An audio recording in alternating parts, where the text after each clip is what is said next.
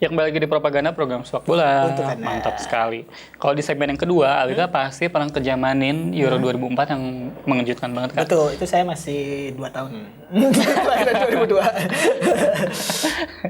Jadi ini waktu pas Yunani ini berhasil menjadi juara Euro 2000. Tuan rumah.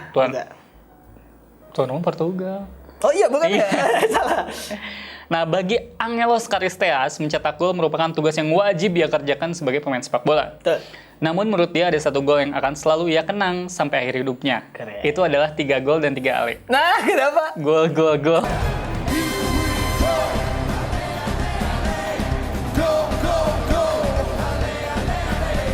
Aneh.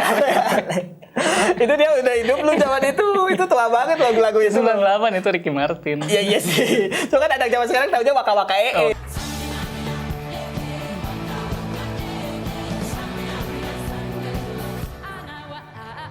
Oke. Itu lu kenal sekarang. Nah, gol yang ia buat ke gawang Ricardo saat ia membela Yunani pada final Euro 2004. Oke. Nah, waktu itu, mimpi Charisteas sejak jadi pesepak bola adalah bisa mencetak gol di final Piala Eropa. Final Piala Eropa. Nah, inspiratornya adalah Marco van Basten yang mencetak gol di final 1988. Nah, gol Charisteas itu adalah satu-satunya gol yang terjadi di Stadion de Luz. Nah, finalnya gol Charisteas menjadi pembeda sekaligus membuat Yunani mencetak sejarah dengan meraih ajang terbesar seantero Eropa tersebut.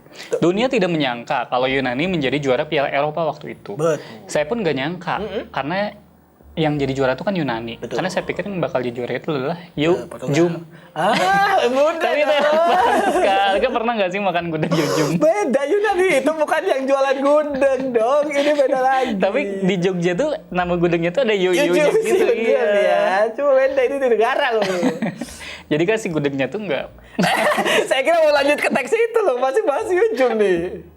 Nah, Yunani di Piala Eropa 2004 ini bagaikan kisah dongeng. Betul. Anak asuh Otto Rehhagel ini tidak diunggulkan sama sekali. Mereka cuma jadi unggulan ke-15 dari 16. Yang mana di bawahnya itu paling negara Eropa Latvia, kecil tuh. iya. Iya, Latvia. Bahkan Kak, probabilitas juara mereka hanya 150 banding 1. Wah, itu jadi udah- Alika kalau masang 1 juta, Kalau judul dapatnya 150 juta ya? Bener ya? betul. Gitu. Nanti tanya si Bama. Gak paham kita. Ya, kita nggak paham. Apalagi undian juga menempatkan mereka di grup neraka. Wah, ini. Mereka ini satu grup dengan Portugal, Iya, tuan rumah. Spanyol, Rusia, dan Vietnam. Wah, nggak dong, 5 doang. Nah, ini Vietnam juga bukan negara Eropa. Tapi Vietnam tuh Selalu ada. negara neraka. Kalau lihat live stream selalu ada nama Nguyen. Nah, target Rehhagel itu sederhana, yaitu Denny hanya ingin menang 1 kali, kayak Ahok. Wah, beda sama yang itu. Pengennya menang 1 putaran. Ini kalau udah tayang udah ketahuan hasilnya loh. Siapa tahu emang udah 1 putaran Iya. ya, maaf ya. Tapi kalau 1 putaran, Iya. saya cuma digaji sekali di Ketua KPPS ya. Saya bangga banget ini jadi suami dari KPPS Kak. Mending 2 berarti, biar dapat 2 kali. Biar dapat 2 kali. Kenapa jadi politik? Nah, dilihat dari sudut manapun, Yunani memang tidak ada pantas-pantasnya dijadikan sebagai tim unggulan. Sebelum 2004, mereka hanya main 1 kali di Piala Dunia. Piala Dunia ya. Ya, mau main Piala AFF juga sebenarnya takut kalah sama Timor Leste. Timor Leste. Alika tahu nggak Timor Leste itu punya pemain yang jago banget main di PSIS? Emang ada? Ada. Jadi saya lupa siapa namanya ya. Tapi dia tuh skandalnya itu adalah katanya pengurangan umur gitu Kak. Oh, jadi sebenarnya udah. Jadi ngakunya di kayak Piala FFU berapa, dia teh segitu. usianya. Padahal konon udah tua. Satu-satunya orang Timor Leste yang saya kenal cuma Raul Ramos. Ada satu lagi dong. Ada siapa? Sanana Gusmao. Jangan ada dong. Nah, penampilan. Jangan ngomongin soal Timor Leste. Iya makanya nih sensitif ini sebenarnya. Nah, penampilan mereka pada Euro 2004 itu hanya partisipasi kedua setelah Piala Eropa 1980. Berdua kali ya? Betul, dan saat itu mereka pulang dengan 0 kemenangan. Wajar apabila akhirnya si Rehhagel ini tidak pasang target yang terlalu tinggi selain menang 1 kali. Itu juga berarti kayak bukan kok. Saya mau bahas STY 4 poin di grup.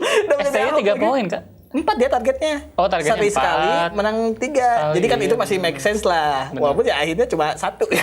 Cuma 3 poin gitu. Alih-alih menang 1 pertandingan, Yunani menjadi juara pada 1 turnamen. Alih-alih mendapat 1, mereka meraih 4 kemenangan. Sabu bersih. Keajaiban etniki sebenarnya sudah muncul sejak babak kualifikasi. Mereka mengawali 2 laga dengan meraih 2 kekalahan. Namun di 6 pertandingan selanjutnya Yunani berhasil menyapu bersih dengan kemenangan. Asalnya mau nyapu bersih jalan Asia Afrika. Wah, Tapi kotor lagi, Kak. Waktu itu saya pernah lihat gini, Kak, yang zaman Ridwan Kamil jadi wali kota. Oke. Dia tuh kayak ngepost di Twitter gitu lah. Yuk kita bersih-bersih jalan Braga. Oke. Terus banyak lah yang datang Relawan, orang-orang relawan gitu pada sapu-sapu. Bulan lalu apa dia teh sekretaris daerah Sekdanya. Kota Bandung. Itu juga bersih-bersih jalan Asia Afrika. Tapi ini mah kelihatan si anak-anak yang datangnya tuh kayak disuruh gitu. Kayak pada pakai seragam gitu. Aduh, tidak organik ya. Tidak organik. Nah, hasil ini membuat Yunani itu lolos ke Euro 2004. Keren. Nah, kejutan Yunani berlanjut di laga pertama Euro 2004. Mereka ini mengalahkan tuan rumah Portugal dengan skor 2-1. Yunani lalu ditahan imbang Spanyol di pertandingan kedua, yang membuat mereka harus menang dari Rusia di laga terakhir. Berarti udah 4 poin ya? Betul. Nah, namun Yunani justru kalah. Akan tetapi mereka ini tetap lolos karena Spanyol juga untungnya kalah. Kalah di Portugal. Bukan kayak Indonesia tuh kemarin dapat giveaway dari negara lain. Iya, kata Bung Toel itu. Kalau saya mah percaya proses dong. Nah, poin mereka dengan Spanyol sebenarnya sama. Selisih gol juga sama. Jadi head to head juga sama. Tapi Yunani diselamatkan lewat produktivitas gol yang lebih baik ketimbang Spanyol. Jadi dihitungnya kalau semua sama itu produktivitas golnya ya. Dewa-dewa Yunani tampak menolong Charisteas dan kawan-kawan. Meski ada dewa yang nggak dukung Charisteas. Siapa? Ahmad Dhani. Wah, itu Dewa 19. Soalnya Ahmad Dhani ini mendukung Jerman. Yang kaptennya ini Adolf Hitler. Karena dia pernah nggak pakai baju Nazi gitu loh, seragam Nazi. Dia gini kayaknya maksudnya ya. Asli, itu bahkan pernah disorot sama media Jerman gitulah. Oke. Jangan-jangan keturunan Hitler itu apa Dhani? Dia keturunan Yahudi Jerman. Oh iya ya, karena itu ada sejarahnya. Ada sejarahnya lah. Setelah melangkah ke fase gugur, mukjizat tidak pernah berhenti menaungi mereka. Keren. Prancis juara bertahan kompetisi takluk dengan skor 1-0. Skor yang sama mereka raih ketika menyingkirkan Republik Ceko melalui aturan silver goal. Keajaiban kemudian ditutup dengan gol Charisteas pada partai puncak. Yunani mengangkat trofi Henry Delaunay dengan selalu menang 1-0 sejak perempat final dan semua gol yang dicetak melalui sundulan. Nah, keberhasilan Yunani memang menjadi sebuah sensasi dan juga sensaya.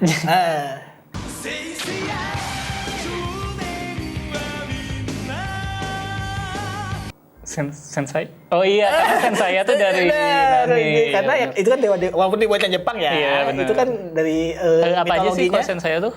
Aduh, ketahuan wibunya tuh aja lagi. Ada ini nih, pertama ada Seiya, dia Pegasus. Oh, Pegasus ya. Jadi tiba-tiba ada Hyoga. Iya. Hyoga itu angsa. Oh, angsa. Bukan dari Toho tapi. Bukan, Hyuga itu beda. Terus ada Rei, kalau nggak salah dia yang cewek. Yang pink. Saya lupa itu nama dewanya, mitologinya apa. Terus ada Iki itu Phoenix. Oh, bukan pacar mahal ini. Bukan. Iki Rizky Median dong. Beda konteks lagi. Satu lagi ada Sirio. Ya? Itu udah mau nikah bukan? Iya katanya udah menikah. Ya, udah lamaran juga. Ini jadi saya ke keluarga Sule ini apa nih korelasinya? Terakhir ada Sirio. Saya takut ditagih satu lagi siapa? Sirio yang naga hijau. Oh, naga ya benar. Komplit semua tuh 5. Ini apa pentingnya ya? Nah, dengan kualitas pemain yang sebenarnya semenjana, tidak ada yang menyangka kalau mereka ini bisa menjadi juara. Namun, itu semua ditutupi dengan kerja keras serta kedisiplinan yang dimiliki oleh seluruh penggawa Yunani. Nah, intinya Yunani ini menang dengan mengandalkan pengorbanan, determinasi, dan juga semangat kekeluargaan. Kayak Karang Taruna ya. Semangat kekeluargaan ya. Nah, soalnya sebenarnya mereka ya di tahun 2000 mereka menang itu, mereka itu gak punya pemain bintang kayak Zidane ataupun Ronaldo gitu. Pemain muda yang naik banget ya. Walau demikian, Yunani sebenarnya memang kuat dalam bertahan. Itu menjadi kunci keberhasilan mereka.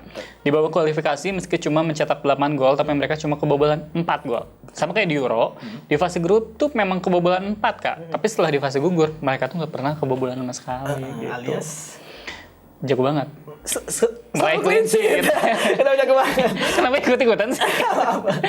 Nah, setelah lini belakang solid, mereka tinggal ngambil wudhu untuk sholat. Beda dong. Setelah lini belakang solid, yang depan juga harus solid. Masih lucu aja dia. Solid. Nah, mereka pun tinggal mencari cara untuk memanfaatkan peluang sekecil apapun ketika sudah sampai ke sepertiga akhir pertahanan lawan. Dan itulah yang mereka lakukan sepanjang turnamen, Kak. Tuh, nah sayangnya gelar ini kemudian menjadi satu-satunya gelar prestisius Yunani sepanjang turnamen internasional. Bahkan itu kan bareng sama Athena ya, Olimpiade Betul, Athena. Beberapa tahun kemudian Yunani sebagai negara itu bangkrut. Oh iya, oh ini kondisi negaranya Kondisi ya? negaranya benar. Jangan tumbalnya emang itu. Wah, Bisa juara tapi yang lain. Yang lain benar. Hancur. Ditumbalin sama Dewa Zeus. Dewa Zeus waktu itu belum judi. Belum judi. Makanya sekarang bangkrut ya. Nah, setelah itu mereka ini kembali ke habitat semula, yaitu hanya sebatas tim pelengkap turnamen. Yunani bahkan tidak lolos Piala Dunia 2006 di Jerman. Bayangin juara Euro tapi kalau lolos Piala Dunia. Nah, datang sebagai juara bertahan pada Euro 2008, mereka justru menjadi juru kunci grup D dengan tanpa sekalipun meraih kemenangan. Di Euro 2012 mereka ini sempat ke perempat final, tapi gak lolos di Euro 2016 dan juga 2020. Gak ada lagi prestasinya. Mungkin itu juga kan mirip sebenarnya sama kayak di Asia Tenggara lah. Oke. Jadi mungkin di era 2000-an tim yang jago itu kan paling cuma Thailand, Malaysia, Singapura, Indonesia gitu kan. Sementara pas kesini-sini kan kayak Myanmar, Kamboja tuh udah berkembang juga. Filipina, Vietnam yang kita nggak pernah tahu tiba-tiba jago loh. Tiba-tiba jago. Jadi mungkin saat ke sini-sini 2016-2020 negara Eropa lain jauh lebih jago kayak apa ya, Islandia misalkan. Itu menarik ya pembahasan kita soal Yunani yang berhasil menjadi juara Euro 2004 dan semua orang tidak menyangka kalau Yunani bakal jadi juara. Jangan kemana-mana, tetap di Propaganda, program sepak bola untuk Anda.